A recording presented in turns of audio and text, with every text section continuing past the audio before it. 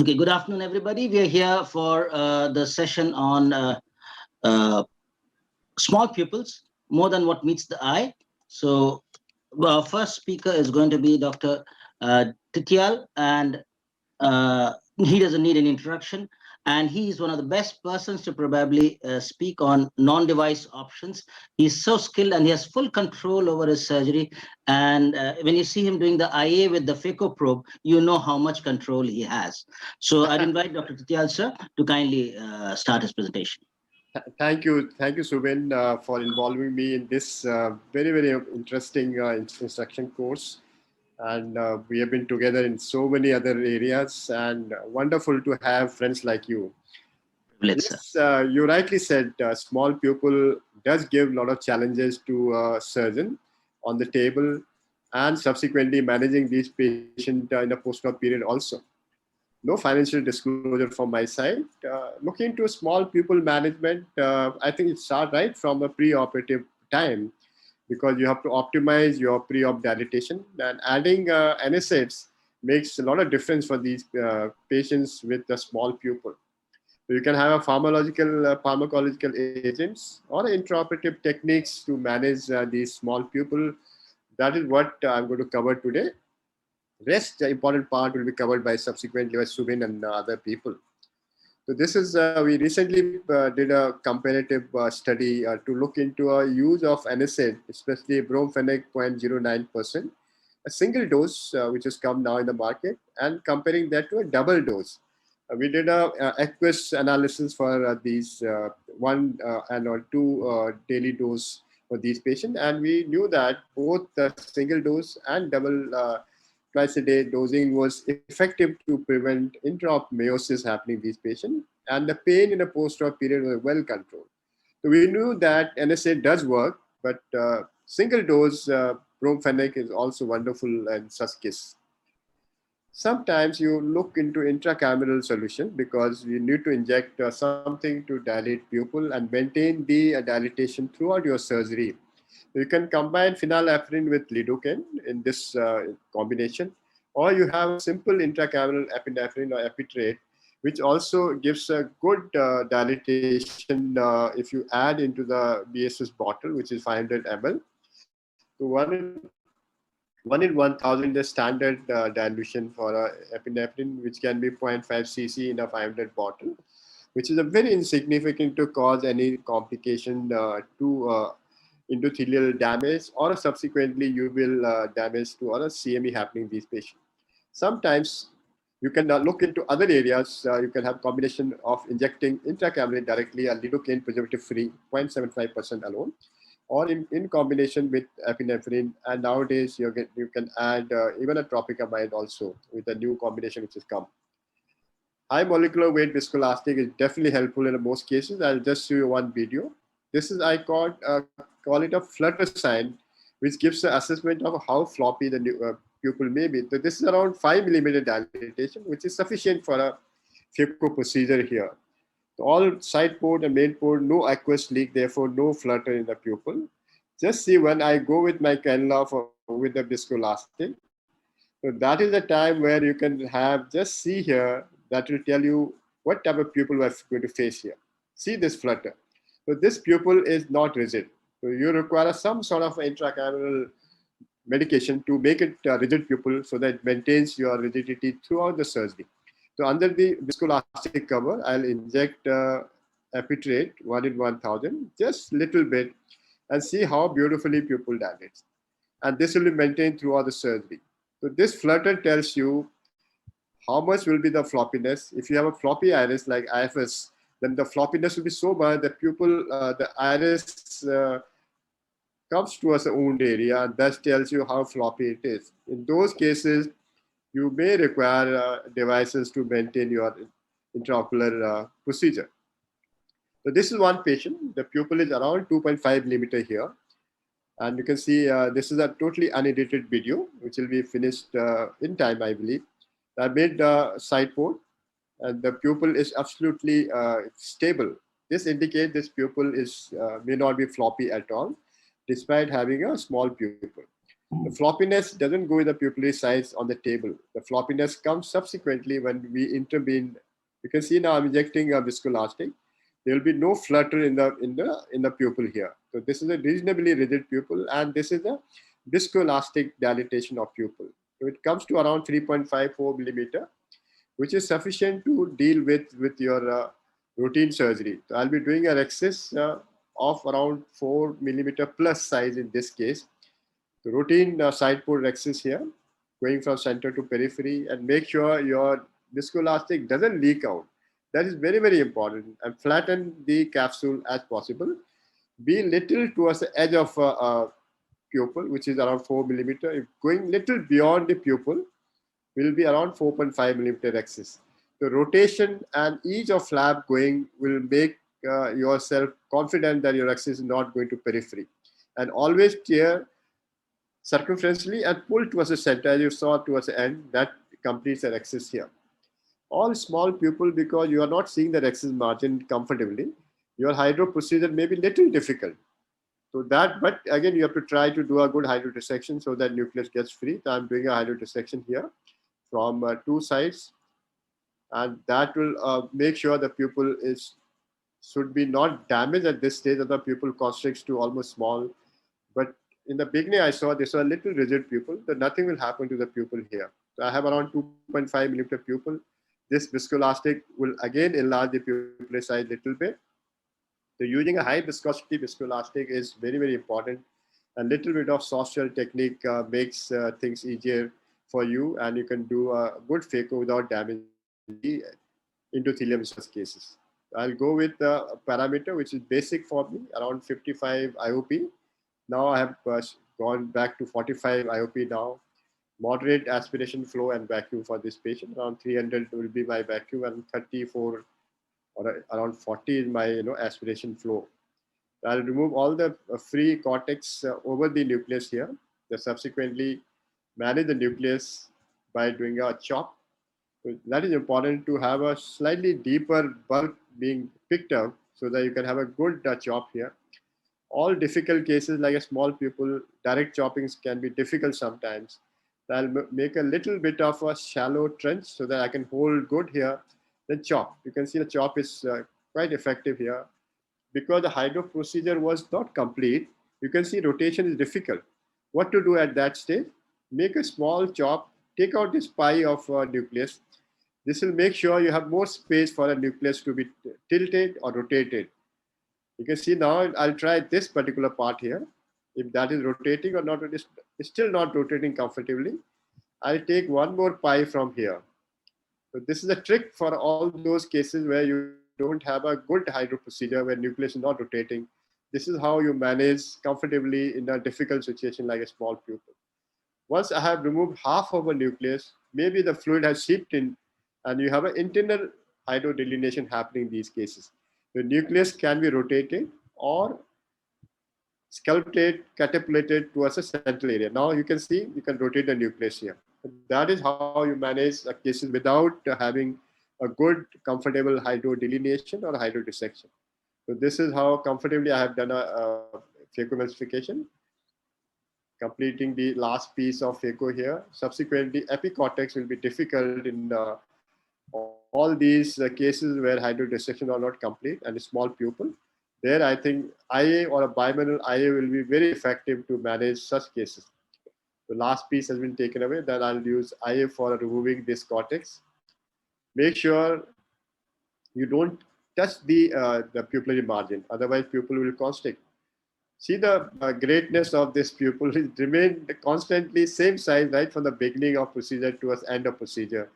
And this end of aspiration, I'll be injecting IUL now, and you can remove the viscoelastic subsequently. So this is to show you have to differentiate the different types of pupil on table. You can see I can just see the axis margin here. Once you dilate with the AC compression, you can see the axis here. The surgery is complete. To summarize, I think NSAIDs works very beautifully to maintain the pupillary dilatation throughout your surgery. This should always be used for all cases of phaco surgery, and always try to identify rigid versus floppy iris with the flutter sign. The amount of flutter will decide how much floppiness would be there for a that particular pupil. Intracameral epitrate or adrenaline can be used. That should be used preservative-free if possible. If you don't have, then you can dilute them 1:1000 and inject underneath the viscoelastic cover. Always use high molecular weight viscoelastic, which will maintain the dilatation. Maybe moderate low fluidics phacoemulsification, and use bimanual techniques, especially for epicortex removal, because you have to go underneath the iris and don't try to catch the stroma from behind. Otherwise, you'll have a lot of iris atrophy in these cases. Thank you, Suben, for involving me in this particular course. It was wonderful speaking in your course. Thank you, sir. Thank you very much. You have such great control as if the pupil is obeying your commands. One quick question, sir, before you leave. At what point would you take a call pre-op? There are two situations, pre-op or intra-op, to use a device. You are a mostly non-device surgeon. I know you have great control, but what are the situations where in a pre-op or intra-op you would take this call? Pre-op, there only one condition where I look into your device, especially cases with a long-term pilocarpine, where the pupil is absolutely fixed. There, you need to have iris hooks ready for these cases. Second, in those cases where the patient has undergone some other surgery, like a vitrectomized eyes, where things are going to be difficult, I should be ready with the devices, because these pupils can constrict any time. And third is the cases where I have a little bit of subluxation or a pseudo-exfoliation. So these are 3 or 4 conditions where pre-operatively I think of devices. Intraoperatively, when I use my intracameral adrenaline and pupil dilates, or it doesn't dilate, I can still see the floppiness despite using adrenaline. Then I think of devices in these cases, especially when the pupils start constricting at a stage of your necrotomy. Wonderful. And I know that I have had a 1 or 2 time where I had to use devices after I had done a complete phacoemulsification, because epicortex removal was so difficult. So I had to have a more visibility in that particular time. Otherwise, you'll definitely tear the capsule or break the rhexis in these cases. So that is very important time. Thank you, sir. Thank you. Wonderful, Pearl, sir. Okay. Can I ask Dr. Sudeep now to share his screen? Wish you all the best. Thank you, sir. Sudeep, if you're ready, you can share your screen and start. I'm ready. Yeah, Dr. Sudeep Das, again, is a high-volume surgeon. He runs a multi-theater facility, and it's a treat to see his hospital at Samarjala in Odisha. And I've invited him to speak on iris hooks, pearls, and pitfalls. All yours, Sudeep. Thank you so much, Suven, for inviting me for this wonderful course.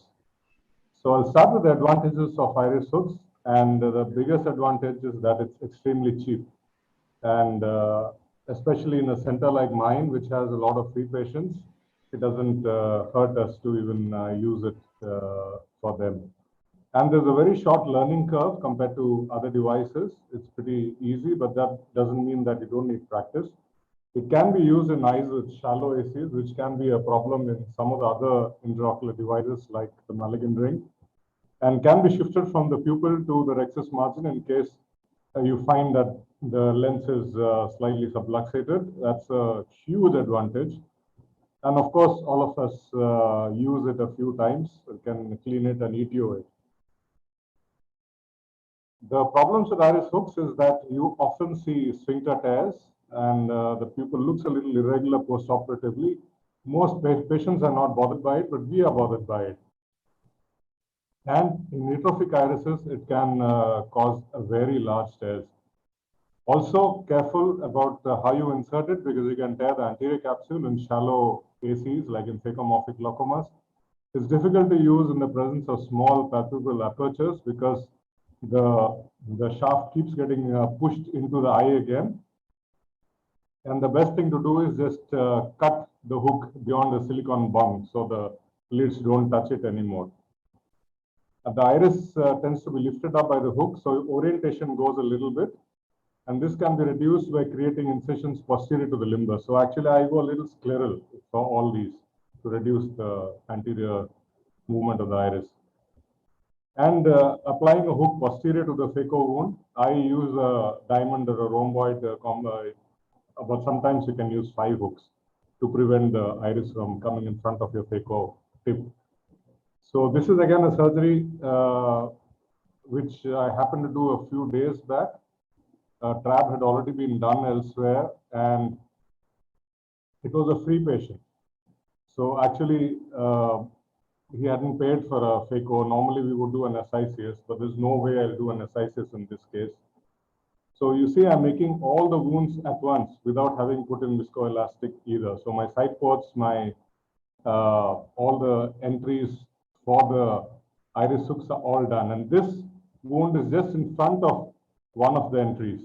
So I'm separating the posterior synechia now with my Sinskey.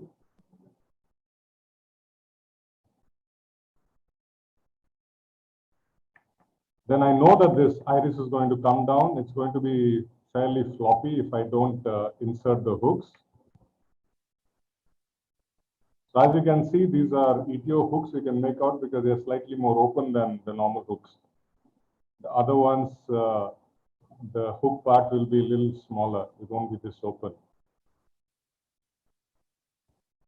So in all hooks where you insert it, you have to be careful that you don't point the hook completely posterior. Keep it slightly sideways, especially when you're using a reused hook. So you see that I'm not pointing it completely down. It's slightly sideways and down.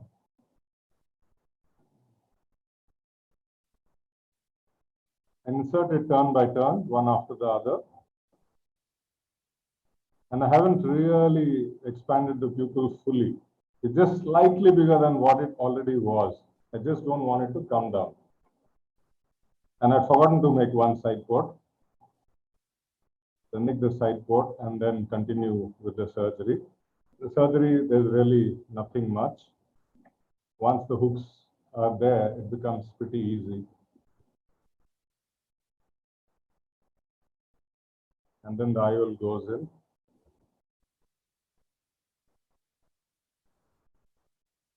And I have a way of removing, insert the IOL under irrigation and actually remove the hooks also under irrigation. Keep the running irrigation on. Disengage the hooks, turn it over the cornea and it will automatically come out. So just rotate it over the cornea and the hooks will come out. Don't try to just pull it out because sometimes the iris will also come out along with it. Very easy. Just rotate it over the cornea and it's out. So coming to the next one, this I'm showing because this is a very rigid, very atrophic. So see what happens when I insert the last hook. The iris just tears, and I have to expand the pupil very much in this because it's an SICS. The only reason I'm showing this is, I know Minu is talking about SICS in small pupils. That's it's pretty atraumatic, the surgery. When the nucleus comes out, it's not actually held by the pupil at all. It comes through the pupil very well. But then see what happens. Even now the iris is in place, but look what happens when you take out the iris hooks. So maybe in these cases it would have been better if I'd done a few small sphincterotomies and completed the surgery. This was a complicated cataract with a pupillary membrane. So these, you can't really use any device to remove the pupillary membrane, but you have to be careful that you don't damage the anterior capsule. And I didn't realize that I've actually pulled out the anterior capsule also here, part of it. So there's a tear there. So when I'm inserting this is when I realized that I'm catching the anterior capsule. So I decided not to insert that hook first because I'm still holding the anterior capsule. And I'll rip the anterior capsule completely. So insert it in a place where the anterior capsule is not torn.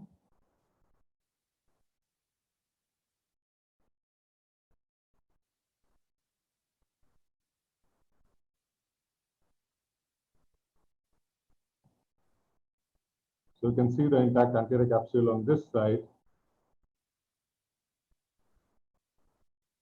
And now that I have some intact anterior capsule here, I can go to one side and retract it. And then it's already torn. So I have to start from the place where it's torn and go ahead and complete a rhexis. So it's eccentric, but my rhexis is complete. So this is something that you have to be very careful with. But sometimes you can do it even while inserting the hook. So like I said, never point the hooks completely backwards.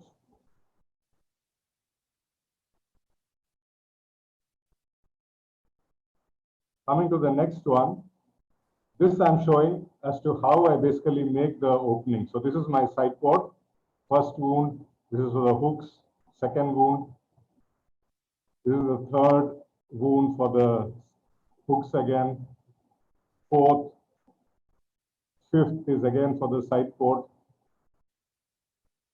and this is another, so 4 and then 2 more, so 6 wounds I make in all, and it's exactly, the last one is exactly in front or slightly to the side of the main wound.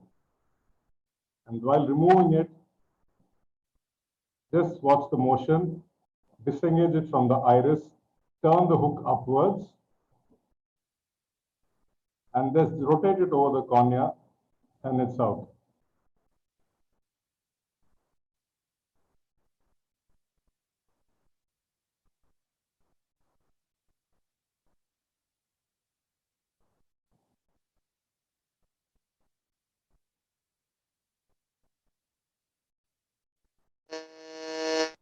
So take-home points, one of the oldest pupil dilating devices is the iris hook, and it's still extremely useful. Make the incisions at the limbus or slightly sterile. Don't make it like your side ports, which are pretty corneal. Keep the hooks pointing down but slightly sideways to prevent anterior capsule damage. And reuse hooks are more open and more likely to cause capsule damage. You have to be more careful with them. And do not expand the pupil beyond 5.56 millimeters to minimize sphincter damage. Thank you so much, Suven. Thank you, Sudeep. Thank you. A wonderful presentation, covered so well, and more importantly, the apparently innocuous looking iris hooks, and you showed us how many complications even a senior surgeon like you can have. And that, I think, is a very good message that we need to be careful with the devices that we use, especially in tight situations. Wonderful. 2 quick questions, Sudeep. Let's say it's quite embarrassing sometimes that we make the incisions, and when we are ready with, we have retracted the stopper and we are ready to insert the device, we can't find the incision. Has it been there I mean, especially new blades if you've made and you can't find it, has it been embarrassing? So have you had any situations like that? Yes, even now, very rarely I'll have. For some reason, it's always the ones on my left, not the ones on the right. So then what I do is I use a Sinskey, and somehow the Sinskey goes into the wound much easier than, maybe it's rigid. Always. So Sinskey is very easy. You just move it around and just slide in, and then you know exactly where it is. Instead of the hooks, which is slightly bigger and softer. So what I have been doing is earlier, I've not been using iris hooks for some time, is that I make a small conjunctival nick to cause a bleeder over there. You see, so that's a kind of landmark, you know where it is. Otherwise, all around the limbus, you can't find those incisions sometimes. Mine go through the conjunctiva, so they're always bleeding. Okay. So, yeah. And another thing, you did show the engaging of the capsulorhexis margin. Is there a way you would like to, ensure that you do not engage the capsulorhexis margin? Any tricks? You can inject viscoelastic between the, yeah. That is if you're inserting it after the rhexis is done. You can insert viscoelastic, lift the iris up a bit, and then try and find where it is safer. So basically, what I would do is, once I go in with one hand, I'll probably use a Sinskey or a Y pusher, and then just retract the iris, push the iris on that side, and then engage the hook. Wonderful. I just wanted to bring out this tip that you can use a bimanual technique where you use a second instrument and just tent up the iris, from the opposite side port, and then use the iris hook on this side. And once you got the plane, you can always go ahead with the others sequentially. Thank you, Sudeep. I would like to borrow some of your videos. Wonderful videos. I'll borrow them for my presentation sometime. So with that, we will come to the next speaker. Dr. Arup Chakraborty. He again requires no introduction, a stalwart in his field, a great teacher, educator. We've all learned from his experiences. He'll be speaking on IFIS, a topic which is very close to his heart, and he's presented in innumerable places, including ASCRS Academy and ESCRS. Dr. Arup Chakraborty, please. Good afternoon, friends. And Suven, thank you so much for including me for this prestigious course and asking me to talk on IFIS. Well, as I was developing this presentation on IFIS, I realized that I really don't have those horrifying, horrible videos where there's a tsunami in the anterior chamber, waves on the iris, the entire uveal tissue comes out of through all the paracentesis and main incisions. But I realized that I must be doing something right, because I must be detecting the cases well, using proper surgical technique and strategy to avoid those gruesome cases where, the things really land you in a very tricky situation. So whenever I have a small pupil situation, I classify them into the traditional types of small pupil, conventional etiology, and the IFIS type of small pupil. So we have a list of various medications and systemic illnesses which our counselors go through and identify these patients. But I must tell you that on occasions, patients slip through this network, and we do find out when you have problems on the surgical table that, they were indeed on their IFIS candidates, somehow it was missed out. So if I am dealing with a very small pupil, an IFIS candidate, fellow I had a bad IFIS, I would straight away go and use these devices. But for other cases, other IFIS candidates where the pupil is not small, so I would use a different strategy. So what are these other cases? The dilated pupil diameter is important, and there are various studies that have shown that, there is the pupil diameter of 6.5, 7, or 8 are high risk factors. Anything that dilates less than that are high risk factors for development of intraoperative IFIS. This may be cumbersome to measure the pupil diameter. So what I normally do, and another thing that is not all right with these strategies, there is a lot of individual variation, racial variation, genetic variation. So I take the intuitive pupil to pupil diameter. And let us say this case, I'm going to show you this particular case, the limbal diameter, and this is the maximum dilated pupillar diameter. The ratio of this is 0.58. That's 58%, which is less than 16. So this patient might develop IFIS during the surgery. So I took him up for surgery. The usual things are you make long corneal wounds in these kind of situations. The wound should not be a borderline. The inferior paracentesis is the full MVR blade, the full incision. Superior paracentesis, through which you perform your chopping and your nucleus manipulation, should be small, should not be full entry, and it will be enlarged later on during bimanual irrigation aspiration, if you're using bimanual irrigation aspiration. So this thing was done, and then I stay in the anterior chamber with, I entered the anterior chamber with my keratome, as you will see here, and the entry was,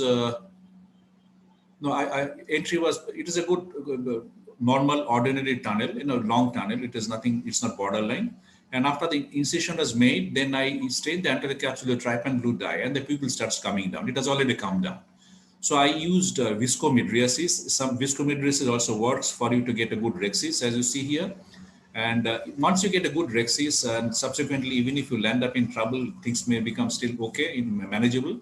So you have used viscomydriasis, rhexis is done. And before you start performing hydrodissection, make sure that you burp out the OVD from the anterior chamber. Do not overfill the anterior chamber. It should not be either with fluid or with OVD. Using the Chang hydrodissection cannula, caudate cleaving hydrodissection is performed. If you watch carefully here, the iris starts tenting out toward the incision. And as I pull out my Chang cannula, I tend to hook the iris, the pupillary margin. So I knew that I'm going to have some issues with this particular case, as you saw just now here. So started off phacoemulsification, and make sure that you grab the clear corneal incision with your tooth forceps. Normally we stabilize the eye with the paracentesis, but in this case, even if you apply a little bit of pressure, posterior pressure on the floor of the clear corneal incision, the iris is going to prolapse out. So you have to grab it, and open the incision, stabilize the main incision, and start phacoemulsification. So here I created a good enough depth, and now the fluidics have to be properly adjusted. So whenever iris has started prolapsing out, if you see here, iris has prolapsed out. Here in this case, my phaco sleeve is guarding the incision, so iris cannot really prolapse out. And I ensure that you alter your parameters, and you don't want to be working with a very high IOP or a high bottle height. Aspiration flow rate also will be reasonably low. And I would not like to be injecting OVD repeatedly in these kind of situations, because I would like to finish up the phaco in one shot. Because as soon as you come out of the eye, if there is a pressure gradient, the iris prolapse will happen, and you have to think about repositing it, and it becomes a little more hassle. A little more hassles come up. So here again, it is the OVD is injected. Now, if you see here, my bottle has got exhausted, so I had to come out of the eye. So from 40 ml, now a new bottle was filled in, and I cannot see the upper part of this thing. Anyway, So the pupil is slightly irregular, and again I'm going with my phaco handpiece and remove. You see the way I entered the anterior chamber. So this is the way to go about it, and then consume the nucleus. So nucleus removal generally goes off pretty well. There are some subincisional areas, and you should not leave them behind. Just because it's an IFES case does not mean that you have to ignore the other good habits, good practices for a safe surgery. So removal of removal of the cortex may become tricky. So as I mentioned earlier, my paracentesis was small size, so I just enlarged it to larger size so that it can accommodate the bimanual irrigation aspiration. So you need to expose the pupillary margin to aspirate the cortex. Don't aspirate the cortex under the iris margin, just drag it to the center so that you will have entire cortical mass, a triangular cortex that will come to the periphery. They'll come to the center, and then as you are seeing here, so it becomes easy for you to aspirate the cortex, which is hidden by the small pupil. As you will be seeing it very shortly here, I just engage the cortex and then I'll draw it towards the center, and then the cortex removal is complete.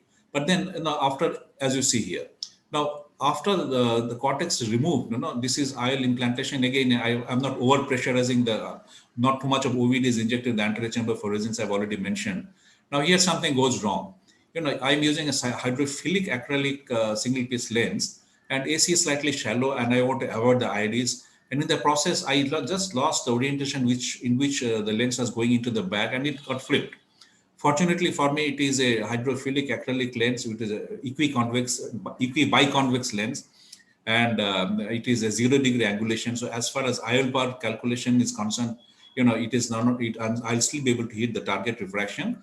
Maybe the posterior optic cage, which is has an anti-PCO effect. This is anteriorly, so maybe I can expect a higher incidence of PCO in this situation. So this is the way I ended the surgery. This was on the first post-op day, and a little bit of S case, which is not really desirable, but that is the best that could happen. Now, this is another case of small pupil where you see I have decided to use iris hook, but I'm using a rectangular pattern of dilating the pupil. And as I start, my phaco probe goes into the anterior chamber, it negotiates the iris. So this could have been avoided by using the iris hooks in a pentagonal fashion.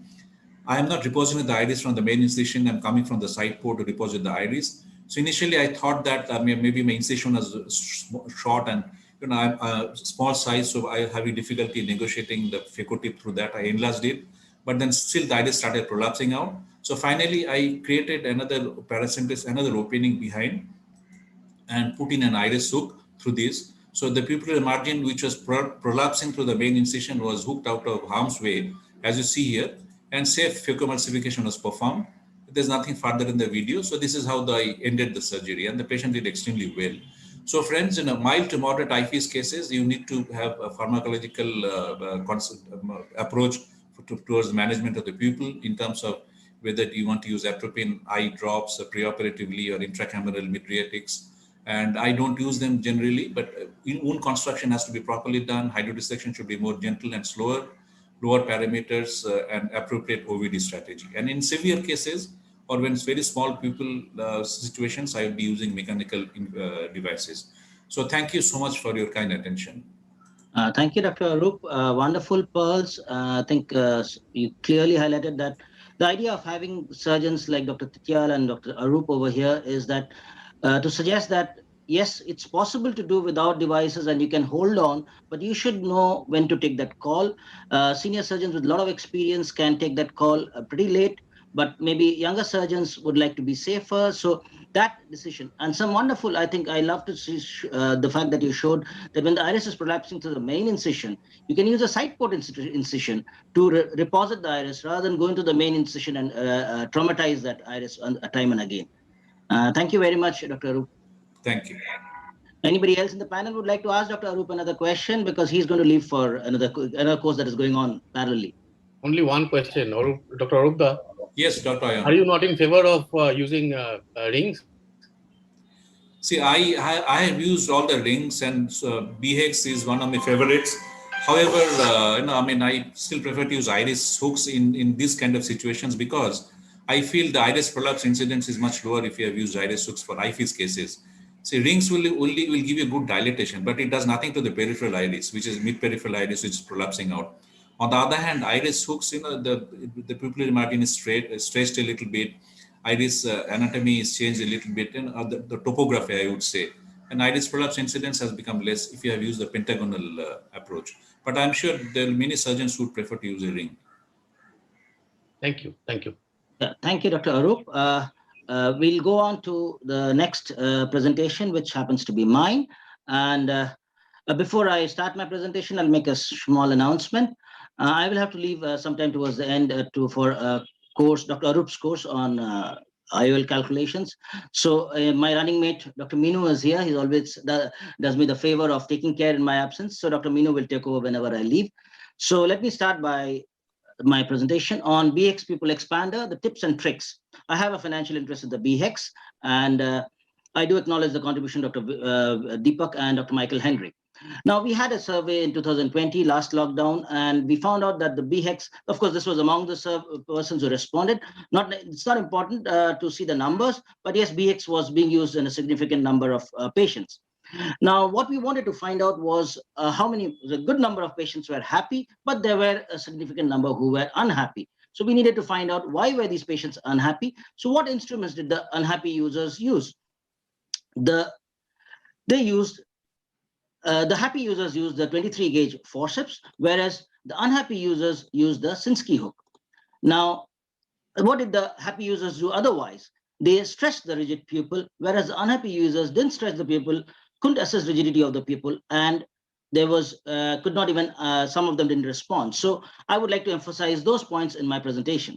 So that's the BHEX, which is a hexagon with notches and flanges, thick, strong flanges, thin, flexible notches, and tabs for holding with the 23 gauge forceps.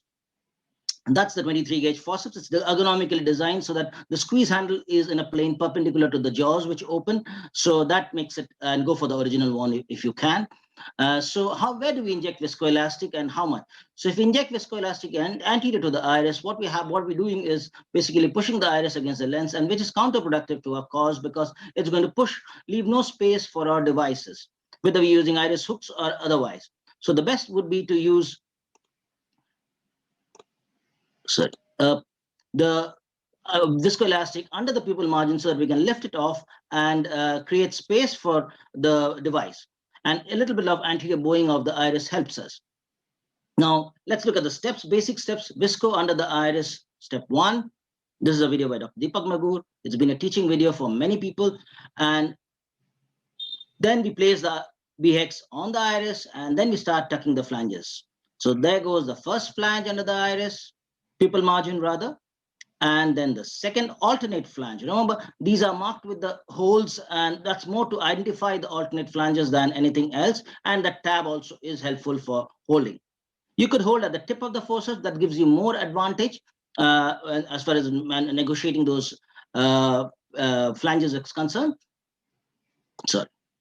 So in 2005, Chang and Campbell told us about the IFIS pupil. So what they said was, unlike the non-elastic myotic pupil, the IFIS pupil immediately snaps back to its original size following attempts to stretch it. So small pupils are of two types, elastic and non-elastic. The elastic one is like a rubber band, and you can use any device to stretch it. Whereas the fibrous one is like a string, and you need a strong and bulky expander to stretch it. So how you wish to tear an elastic pupil or rigid pupil would depend upon whether you want to use a Coughlin hook, which gives you controlled tears, and then use a thin device which is not strong enough, or you would like to use a bulky pupil expander like the Mulligan ring or the I-ring or the APX, which is bulky but and kind of can tear the pupil but occupies a lot of space. Before you start, it would be wise to check the elasticity. A good way is to just inject BSS through the paracentesis, and if the pupil expands momentarily, you know that it's an elastic pupil. On the other hand, if you're working on a rigid pupil, how much of a BSS or viscoelastic you inject, that pupil is not going to budge. So you need to use either two Coughlin hooks or a bulky device to kind of tear that fibrous margin before we get significant purchase on that pupil. So what matters most is the elasticity of the pupil and not the size. So let's look at if size really matters. This is a less than 4 millimeter pupil, which was stretched by Dr. Deepak Magur. And now you see, it's favorable enough to use a BHEX. And this is a pretty hard cataract. It can probably get harder than this. And it's not the hardness of the cataract which matters. All that you need to do is chop it into small fragments, and you can use a 5.5 pupil that the BHEX produces for the hardest of cataracts, and that is good for IOL implantation, and the device comes out very easily. So how big do you want the pupil to be? Just like we saw, 5.5 is good, as long as the pupil does not get smaller, and BHEX gives you that. So you could work easily with that. Now, as far as after capsular access intraocular miosis is concerned, a Mulligan ring or the eye ring or other devices, they have the gaps or scrolls, pockets at the sides. On a top view, you can't really see them very well. With the BHEX, it doesn't happen that way. So the notches are staring at you, they're open. So with the top view, you can see the notches and you're full control. So as you tuck those flanges, you are absolutely ensuring that you're not engaged the capsular access margin and you are in the safe plane. There's instant confirmation as you reach your comfort zone. So in a shallow anterior chamber, now BHEX is a 75 micron device, which is thinnest of all. It's almost 1/10 the size of other devices. And the corners of the Mulligan ring is about 0.9 millimeters. And if you remember that the mid-peripheral anterior chamber is a lot shallower than the center. So that's where the corners are going to rest. And if you're going to place it on top of the iris during insertion or removal, that could be a tight situation. So you see over here, even in a shallow anterior chamber, once phaco is done, the CTR is used, IOL is implanted, no issues at all. And this is a wonderful video which has been recently published by American Academy on their website for a 1-minute video by Dr. Michael Henry. And it's a shallow anterior chamber with a glaucoma tube shunt in place, a single incision used to expand the pupil with the BHEX. And the thin BHEX is maneuvered around the tube easily without any collateral damage. Now, this is a shallow anterior chamber. You have the tube over there, and you see the flange is being tucked. It's maneuvered around the tube and tucked under the pupil margin. No other device would allow you the liberty of doing such maneuvers and still not touch the endothelium or cause damage to the pupil margin. So, while implanting the IOL, I would urge you to ensure that the trailing haptic goes into the bag in one go. That way you do not contact the the pupil margin. In case you can't do that and you do have the trailing haptic left over, what you could do is push the haptic in a trailing haptic in a manner that you're actually compressing the leading haptic optic junction, and so that the trailing haptic clears the pupil margin ring complex. And you do not really push that ring complex, because otherwise the ring complex would go into the bag.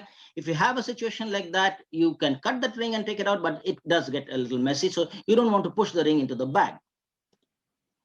Now, how do you remove the BHEX? The easiest is to remove it through the main incision. Just grasp that flange which is anterior to the iris, advance it centrally, untuck those two flanges on either side, and just draw the device out. You do not need to untuck the other flanges. They just untuck spontaneously. It works so easily.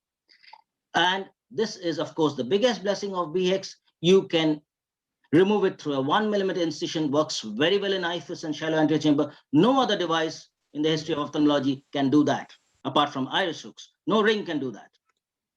So these are our publications. A couple of publications from, there's a publication by Dr. Ryan Monto, Dr. Devdulal, and Dr. Arup on VR surgery also, and then JCRS and IJO. If you would like to read more about the BHEX tips and tricks, you are welcome to download this document. It's a PDF document with video links available at our website. The page is BHEX Pupil Expander and subpage Ophthalmic Surgeon. And it's got lovely videos which are timed to the scene. So you can just click on the link and you reach that scene. If you want to read a little more on small pupil tips and phacoemulsification, please visit, I'd encourage you to visit eophthal.com and take a look at this article. Thank you very much for your attention. I'll be happy to answer any questions from the panel.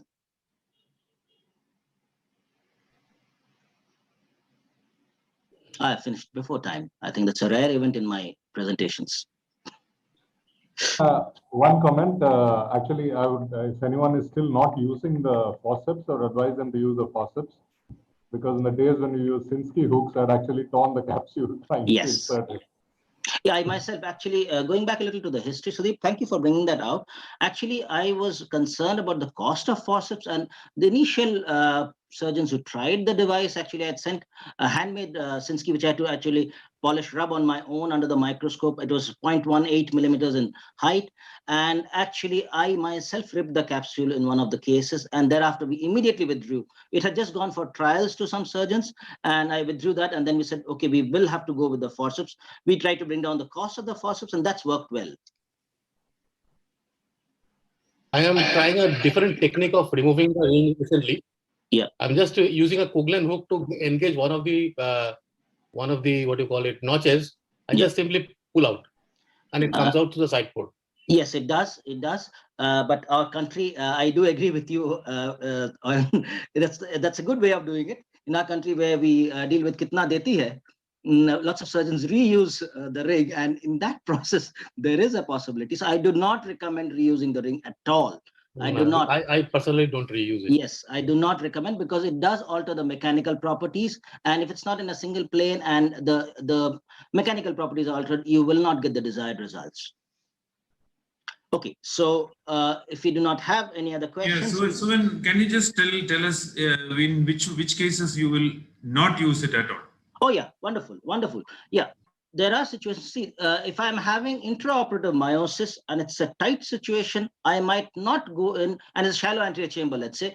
And I mean, shallow means it's kind of, I'm having vitreous upthrust and AC is getting flat, and I really can't insert a ring and a forceps. I would really use iris hooks. That's one situation. Intraoperative meiosis, it's your choice what you would like to, and definitely subluxated cataracts.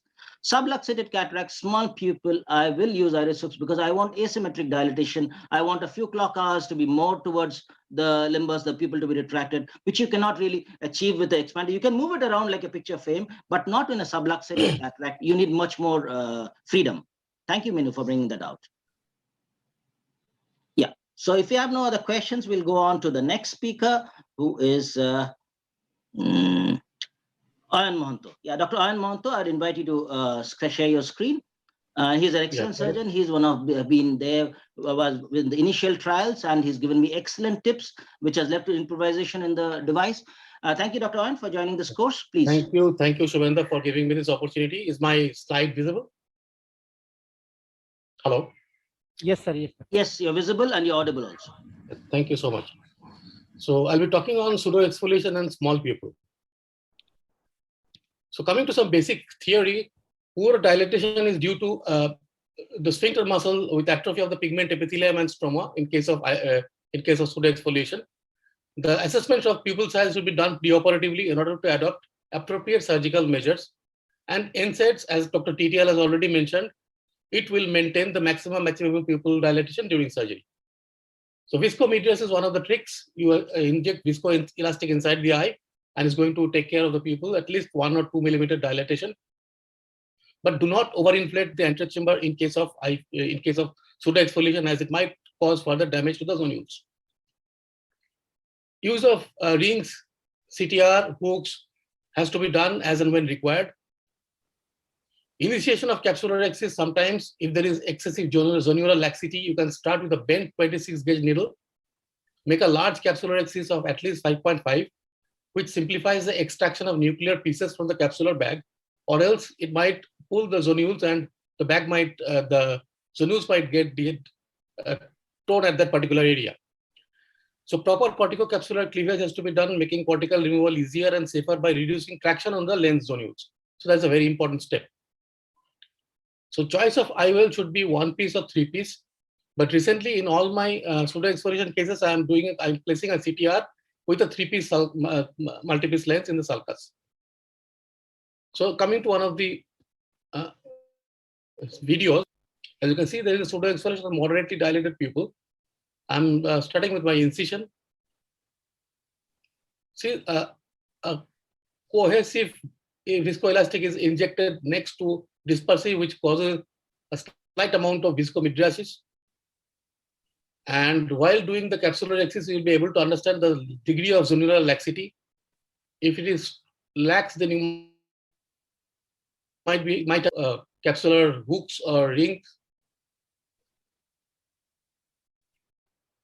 Now the hydro procedure is carried out to free the nucleus and cortex as much as possible from the bag, and gentle rotation. Do not give excessive force at this point of time, it will lead to zonular trauma. The phaco, while doing phaco, you have to be careful about not engaging the pupillary margin in your phaco tip.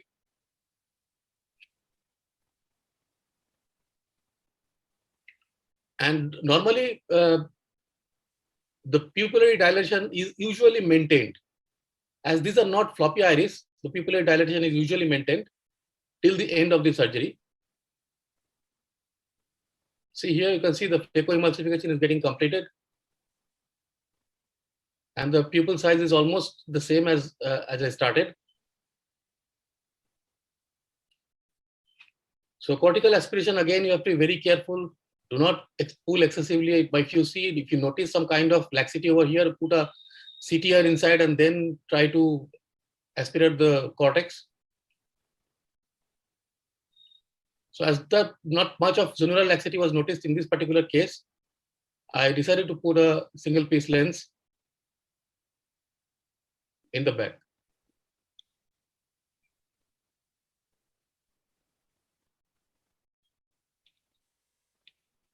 So this is the next case in which you can see the pupil is not that dilated.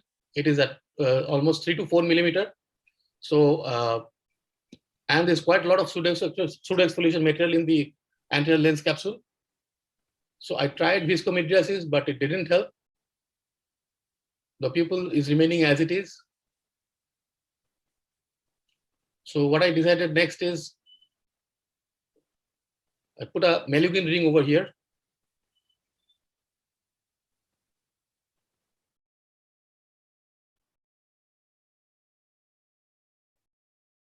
And the ring goes inside and is placed at one go. And you can see the lot of exfoliative materials. And as there is some degree of zonular, like I initiated my rhexis with the help of a 26 gauge bent acetum. And then I did the rhexis. Included most of the exfoliated materials in the rhexis.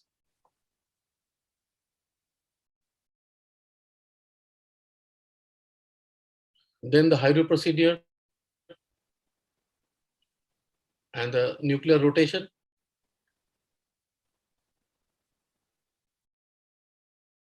Emulsification is done.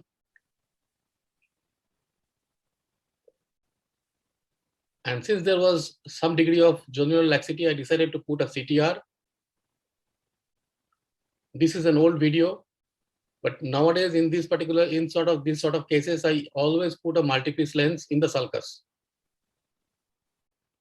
But here I decided to put a single piece IOL.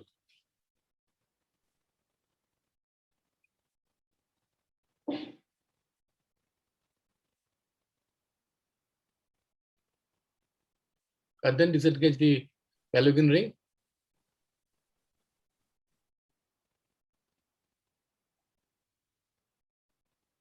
Which was then brought out.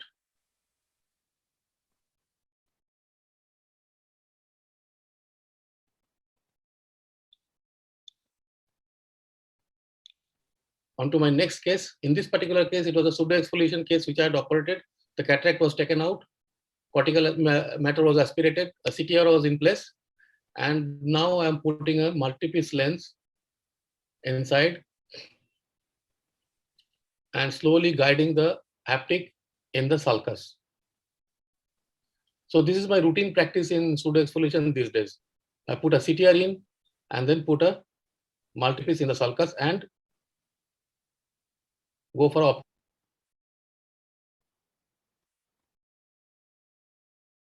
To ensure that the haptic has reached the proper place, just lift up the iris and see the haptic is in the right place or not.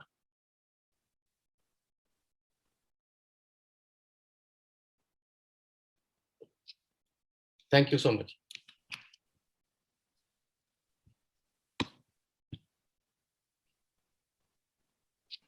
Yeah, thank you very much, Dr. Anand. So you're using we are going well ahead of time, looks like. Our presenters are keeping time well. So Minu, you'll have a lot of time and you can have a lot of discussion while I leave. And so you're using a CTR for all pseudoexfoliation cases now? Yeah, routinely. So CTR with, as basically it was a paper by David Chang, Yes. in which he had mentioned that it's better to put a CTR inside, which will take care of the stretching of the bag, and the multi-piece IOL, the haptics placed in the sulcus will support the bag in place, so that it doesn't sink down. But are you helping the zonules in any way? And not really, but basically the one more thing I forgot to mention, I think, is the capsular phimosis that happens in pseudoexfoliation cases. For that, you need to polish the anterior capsule, the under surface of the anterior capsule as much as possible in order to remove most of the early cells, and which will take care of the phimosis. The ring will stretch the bag, and the multi-piece IOL in the sulcus will hold the bag in place. Yeah, so actually what I wanted to highlight was the zonules are not, there is nothing to be done to the zonules. Zonules are weak. It is a so progressive zonulopathy. that ring back complex would like to dislocate in time.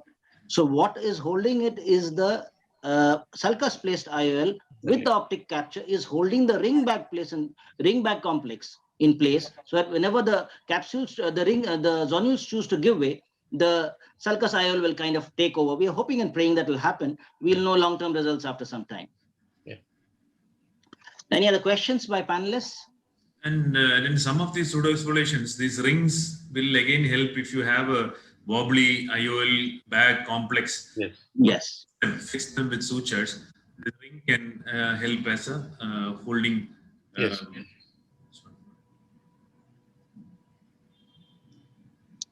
Sudeep, you are muted. Sudeep, you are muted. Sudeep is selling something. Minu to take over. I've got a presentation in another hall, so I'll be back soon. So Minu, please take over and carry on the discussion. I'll try to be back as soon as possible. Some of these, the zonules are not equally weak on all sides. Even though it's pseudoexfoliation, it's generalized weakness, it doesn't work like we put in the IOL, especially because when we put an IOL, it tends, even a single piece IOL, you find it gets overlysed. Happens more so with 3-piece, but even in the single piece. So actually having a CTR helps because the bag remains round. Yes. Yes. Thank you, Sudeep. So we'll move on to the next talk on SICS in small pupil. So we all know that in India, we have a lot of SICS surgeons, multiple, you can call it as the most popular surgery in India is MICS as far as number is concerned. And we get a lot of hard cataracts also, along with that small pupils. They are all a complex which you get at most of the times. So I have no financial interest in this presentation. So the problems in small pupil SICS especially is that we need a larger rhexis because we need to bring out the lens through that nucleus. Because you can get away with a 4mm rhexis in a phaco. You can do a phaco through that, and if you want later after IOL implantation, you can extend. But here you have to have a bigger one before you prolapse, and the whole nucleus has to come out through that rhexis. And especially when you have hard lenses and mature cataracts, these capsules are not very elastic, and you cannot expect a small rhexis to stretch. So here, this is what happens in a small pupil, and you have done a small rhexis, and you hydrodissect, and you want to prolapse this nucleus. You just now saw a pupillary snap. The pupil snaps if you do a forcible hydrodissection without decompressing, and the lens lifts up, and the fluid collects behind, and it snaps open the posterior capsule. So especially in SICS, when you cannot do a gentle, small, controlled hydrodissection so that the lens just rotates, we need to do a little forcible hydrodissection so that the lens becomes fully mobile, and even we need to prolapse the nucleus out.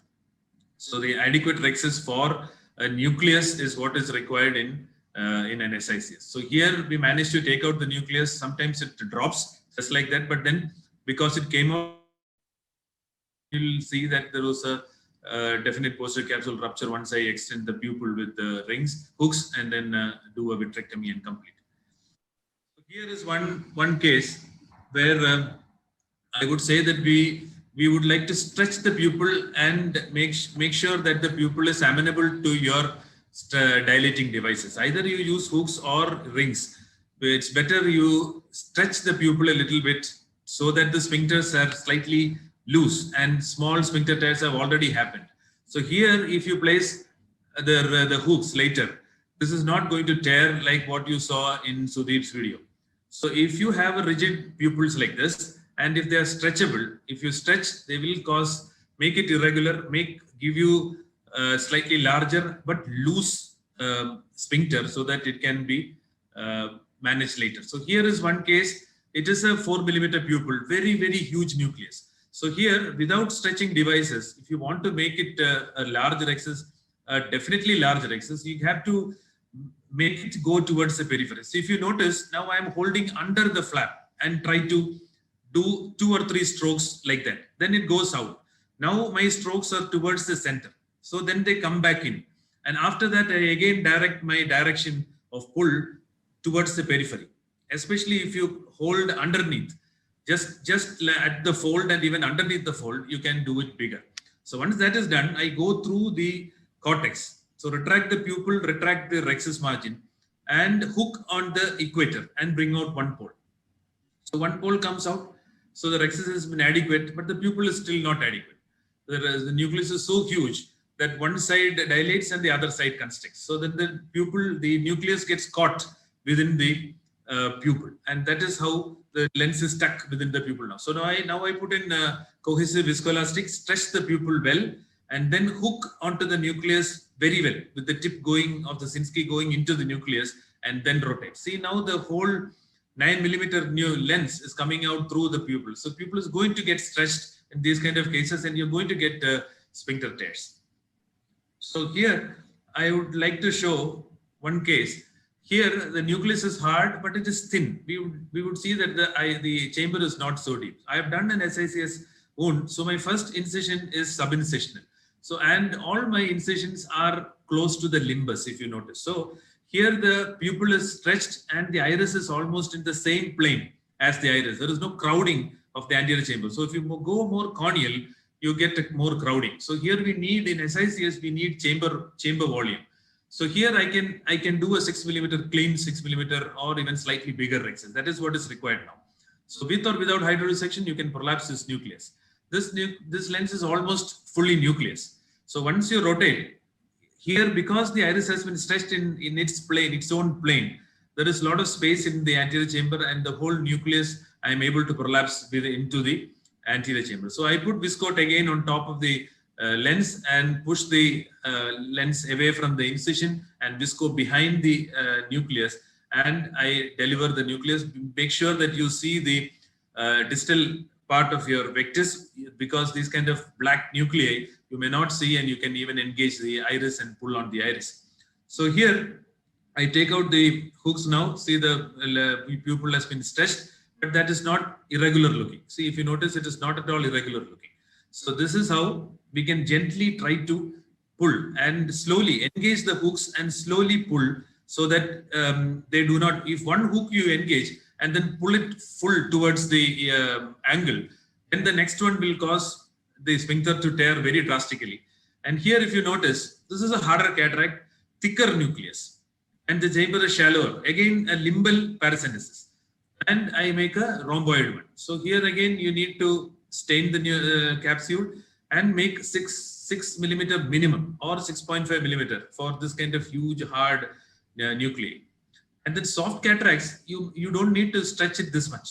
So, and you can stretch it for 5.5 millimeters and then try to do a rhexis. Here, after the rhexis, what I do is I remove one of the hooks, because my incisions are slightly corneal, and I extend the incision adequately so that the whole nucleus can come out. Here you need at least a 7.5 millimeter outer and an 8 to 9 millimeter internal opening. But if well constructed, all these incisions close very well, and if temporal, they don't cause much of astigmatism. And here you can notice I have delivered out almost 1/2 of the lens out above the iris. The other distal half is under the iris, but still I'm able to just pop it out into the anterior chamber with the vectis on. So with the 3 hooks on, I can still deliver out the lens very safely, and it has to be very gentle and controlled, because this is a very huge nucleus and should not rub on the endothelium. You have to use viscoat, and after that I go in through the same opening with the hook, and then these hooks do not need more than 0.25 millimeters. See, 27 gauge needle opening is enough to get in these hooks. I don't have any financial interest, but Alcon makes these nowadays. It's not available. Similar ones are available with Oralab, no financial interest. They are very thin, very malleable, and they go in through very small openings. And here also you can notice the pupil has come back to the small pupil size, but they are not, that has not been distorted too badly.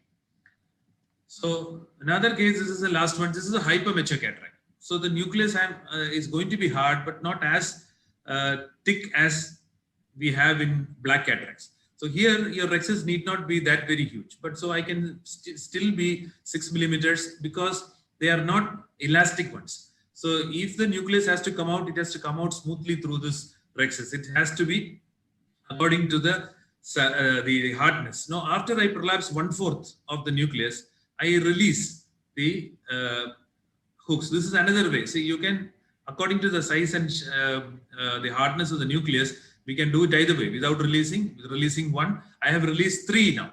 Only the distal, this one is there. So here the nucleus is not very hard and the pupil has already been stretched and the pupil size, the lens size is smaller. And we are able to manipulate it through the pupil and bring it out. So here the lens is delivered out. It is prolapsed into the anterior chamber. The hooks are still there too. The third one I have taken out, but basically the one which goes underneath your main incision can remain there. Doesn't matter. It doesn't. This doesn't get obstruct your nucleus delivery at all. The choice, lens of choice is yours. You can use a foldable or non-foldable or the foldable without an injector. Because I like injector because it delivers the implant into the anterior chamber. Here again, you can notice that the sphincter is slightly torn, but not as bad as we saw. So very thin, very atrophic pupils may tear like this. But then rexus is the most important. And if you have a 6.5, you don't need to stretch it that very wide. And then you can even release or relax your hooks so that the pupil already which has been stretched will definitely give way for the nucleus which you have seen now. Thank you very much. I'll stop share. So Wonderful presentation, Minu, as usual. Thank you. So, And one quick, yeah, please. Yes. one question. I mean, do you need to, have you ever, is it ever required to repair the pupillary sphincter after, say, if the pupil becomes much bigger in size? I mean, do you need to do that? Once you see on the table, some of them remain very dilated. You will be surprised that they were so small pre-op and later they become so dilated on the table. But many cases I see that they come back to relatively okay size. They never come back to their original very small size. They would have been very small, 1 millimeter, 1.5. But they come back to 3, 3.5 and they act out and they are dilatable. And patients are quite comfortable and I have never done pupillary reconstruction after that. But as we have seen in when Sudeep showed, it was almost going till crossing the mid periphery. If such tears occur, it will be always good to, because the pupillary cross over to the margin of the IOL and you may have glare and other things. Then you may need to repair those. And what if the pupil, I mean, the iris tears from the root? If the iridodialysis happens, then? Iridodialysis happens, we may need to repair. Iridodialysis is a different issue because that is a different issue we may have to. Yeah. But if it's a small one, if it's a small one, the bleeding stops and it acts like a peripheral iridectomy and the pupil is not distorted, you can just leave it like that. So more than two clock hours of iridodialysis, you will have to repair because the pupil will come down or it will get distorted so much and it can cause, and if it is especially inferior or not covered by the lid, it can cause polyopia, it can cause glare and other things. Yeah, because the tip of yours is very important that you should always look at the periphery, I mean the vectis, irrigating vectis. The distal part of the irrigating vectis always has to be visible. Through any black cataract, there will be a small reflex of the vectis. So that has to be seen while delivery before taking the nucleus out. Yeah. And also one more tip is that we can use 5 hooks, especially in SICS. If you make 2 hooks on the sides of the main incision, then you are going to raise up your incision, the iris close to your incision, and any instrument going through can drag your iris along. And also the tears can be less if you have 5 hooks because the stretch is going to be along smaller circumferences. So 5 hooks will stretch it more uniformly and with less tears. So that will also be a plus point if you use it for a rigid pupil. One thing, Minu, you showed that black cataract being removed.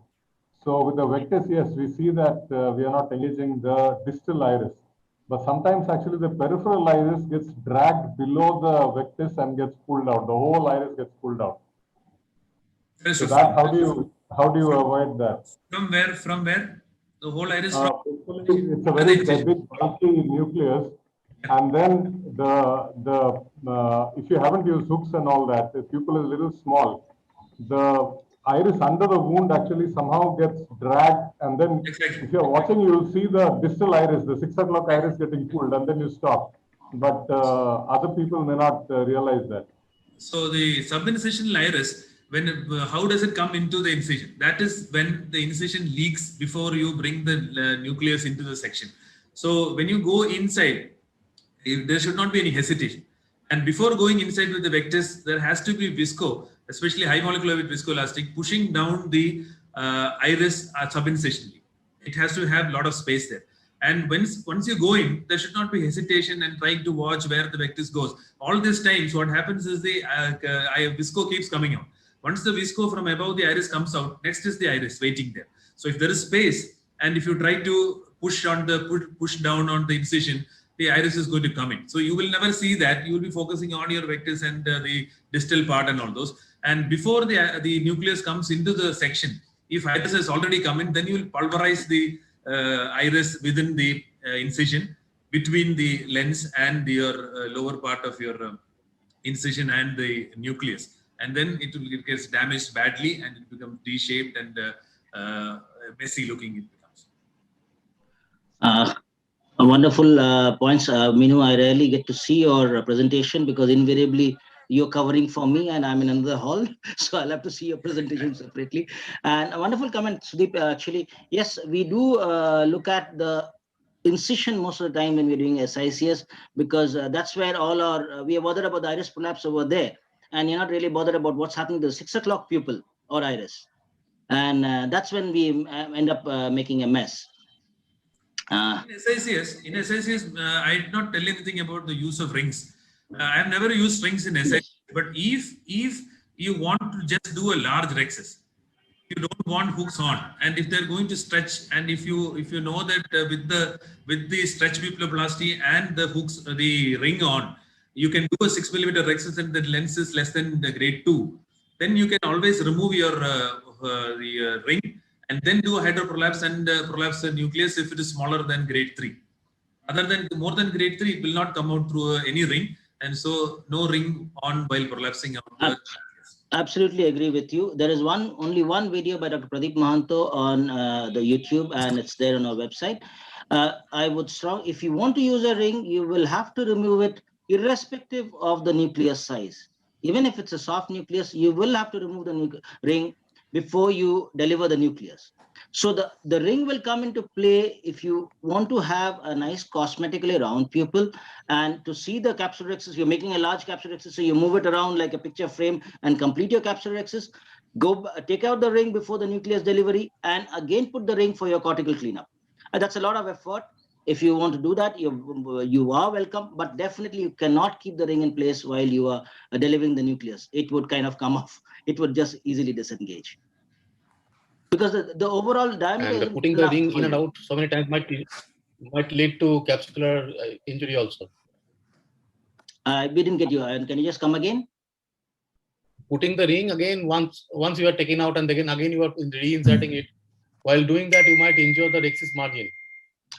Well, once the nucleus is out, it's unlikely that you'll engage the rhexis margin because the capsule kind of falls back a little and you can always inject viscoelastic. I'm just talking of more theoretical, and Dr. Pradeep Mahanto has a video, but yes, it is, if you want to do it, that's the way. You have to take it out and put it back again. The good thing about your BHEX and other rings is that when doing IA, it is always good to see under direct visualization. So these rings, you can push it along and see the periphery of where you're aspirating and yes, then identify whether there are cortical bits left in the periphery. Don't think that you will see only the 5.5. You can always see beyond it by pushing it in particular clock hours. Oh yes, you can push it around like a picture frame. You can always do that. There was a mention of repairing the iris. So just a word of caution for those who are starting doing that and very enthusiastic. Remember that many of these have multiple problems. When they have a small pupil like the one I was doing, they have retinal problems also. and you end up doing a nice repair and a very small pupil, and your retina surgeon is going to curse you after that.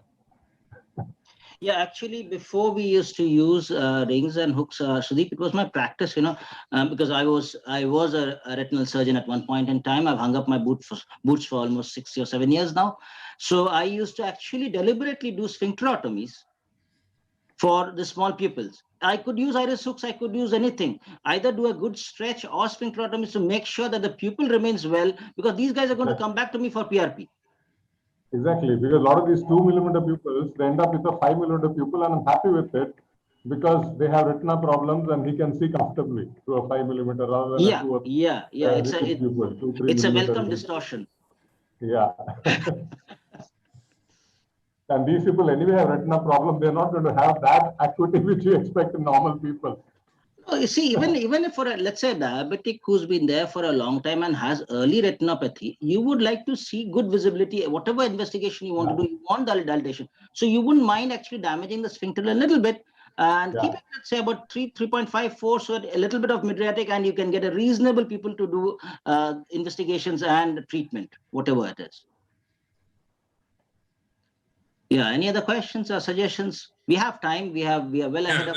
Anyway, I just want to reiterate that this iris hooks, they don't need very large openings. Many people are very, very skeptical about doing multiple openings. There are 2 paracentesis, 1 main incision, 4 or 5 or so hooks. They are, if you notice, size your hooks. There are many companies which make different sized hooks. There are thick ones and quite thin ones. As I mentioned, I have no financial interest, but if you see the Orolab hooks now, which they are producing now, they go through 27 gauge needle openings. That means less than 0.25 millimeter openings, and they just seal. And if you, only thing is that you should not be going through the cornea so much. It has to be stab incisions, which are almost parallel to the iris. So if you go through the cornea and then come down, then you're going to tent up your iris a lot when you're pulling up. Nice point, Meenu. Actually, the thing is, most people use those lance tip blades for the side or any incision, and the popular misconception is that to go all the length of the blade to create that. So you can always titrate it, even if you, some people use a needle to titrate it. That's very good, or an MVR. You can use just the tip of the lance blade, and once you just inside these hooks are going through very small incisions. That is indeed a very good tip. And directing your incisions more posteriorly, kind of going from the limbus more backwards, so that you keep when the pupil is retracted, it remains a slightly posterior and does not really tent up to the pupil margin, to the limbus margin. One question, or one rather tip with iris hooks.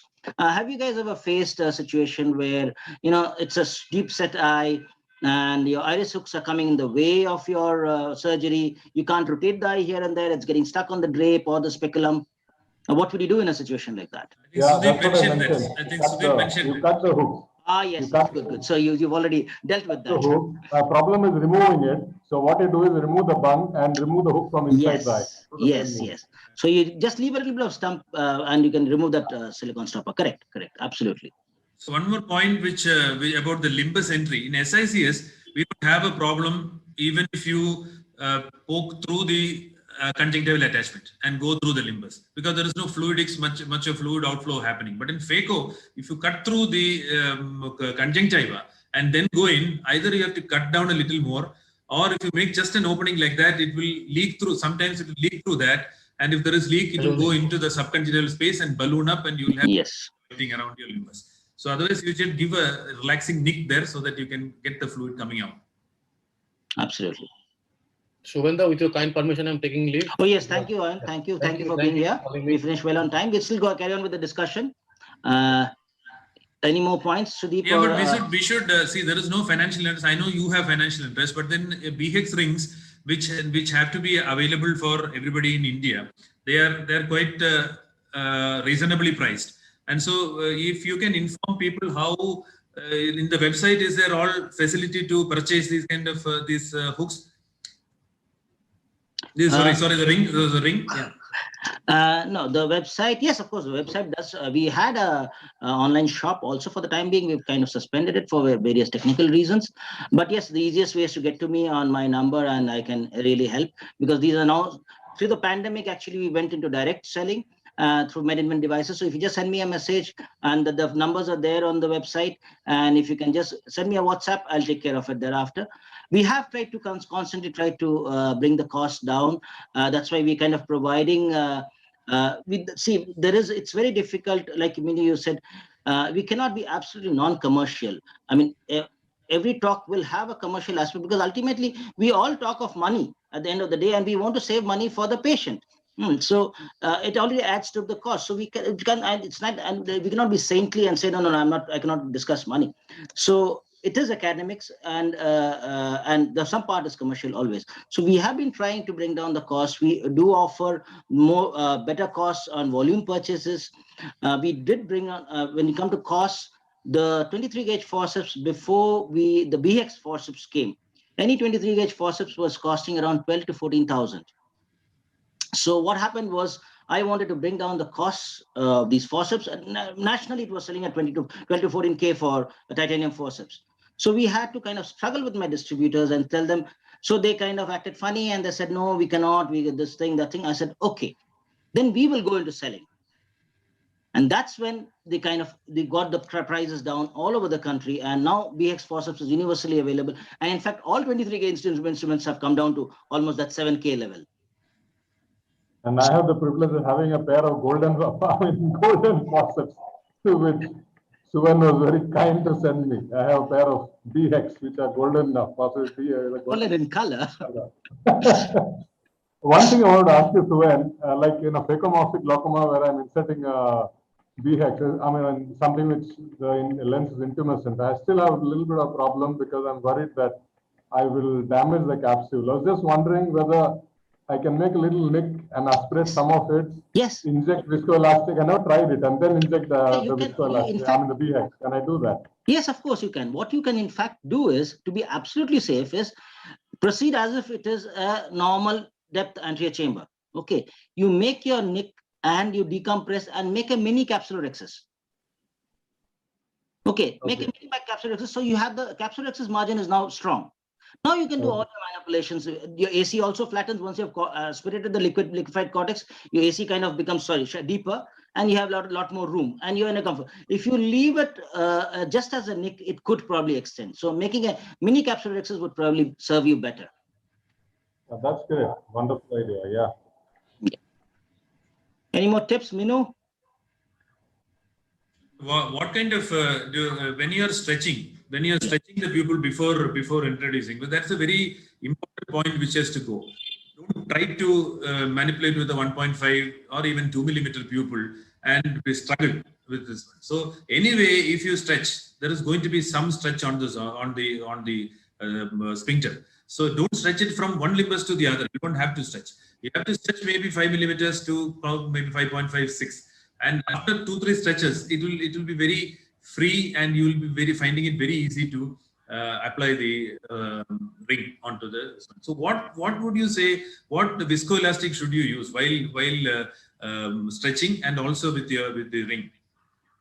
You see, most of us start with a single viscoelastic. We do not want to use very expensive or high molecular viscoelastic when depending upon the surgery, because be honest, because most of us are using HPMC.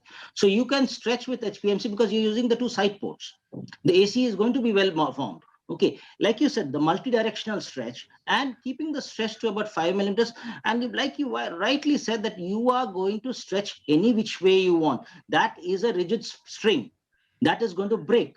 Okay, if you have to break it. So how you break it, whether with 2 Kuglen-Zuck, which gives you control, or you break it with a Malugin ring or any other device which is less control, is your choice. But yes, and of course, if you have access to Viscoat or any other high molecular viscoelastic, it's good. It's good to have it in the antechamber. Indian companies which make sodium hyaluronate actually make it for a few hundreds actually. Now the prices come down so much that it is easily affordable to get. By the way, I use mostly Orocoat. I do not use Viscoat actually. I use Orocoat. Even Oro Gel, which is a special interest in this, but Oro Gel, which I use regularly, they are only a few hundred rupees in cost, and they actually form the chamber so nicely. especially for these kind of maneuvers before placing the ring and also for placing the IOL. So try to use that in these kind of special situations where we want to have good outcomes. Yeah, make in India is good always. Please, Thank you very much, panel, and yeah. thank you very much, audience, for being with us. We are finishing in time, so we will look forward to see you next year. And thank you very much, Sudeep and Minu, for staying over till the end. Look forward to seeing you again next year, more Thank as a you. physical conference than virtual. Yeah, sure. Thank you. Sudhir. Thank you, So thanks hall for- managers and AIOC.